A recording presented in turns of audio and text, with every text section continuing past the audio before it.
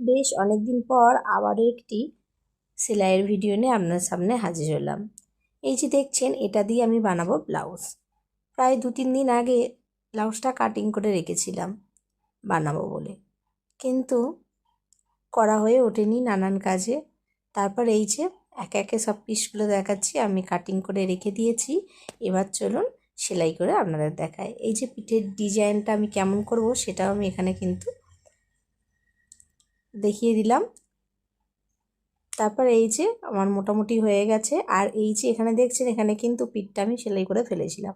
তারপর দেখলাম এতটুকু পাড় বেঁচে আছে, ভাবলাম পাড়টা এখানে দিলে হয়তো ভালো লাগবে, তাই পাড়টা এখানে আবার পরে জয়েন্ট করে দিলাম ওপর দিক থেকেই। কেমন হয়েছে অবশ্যই কমেন্ট করে জানাবেন।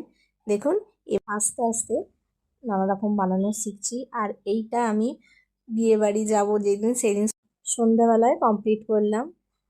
আগের দিন থেকে স্টার্ট করেছিলাম অল্প অল্প করে, তারপর করলাম। কেমন হয়েছে কমেন্ট করে জানাবেন। তারপর এই যে বিয়ে বাড়ি গিয়েছিলাম, বিয়ে বাড়িতে গিয়ে পড়েছিলাম, দেখুন কেমন লাগছে। দেখাবে আবার একটি নতুন ভিডিও।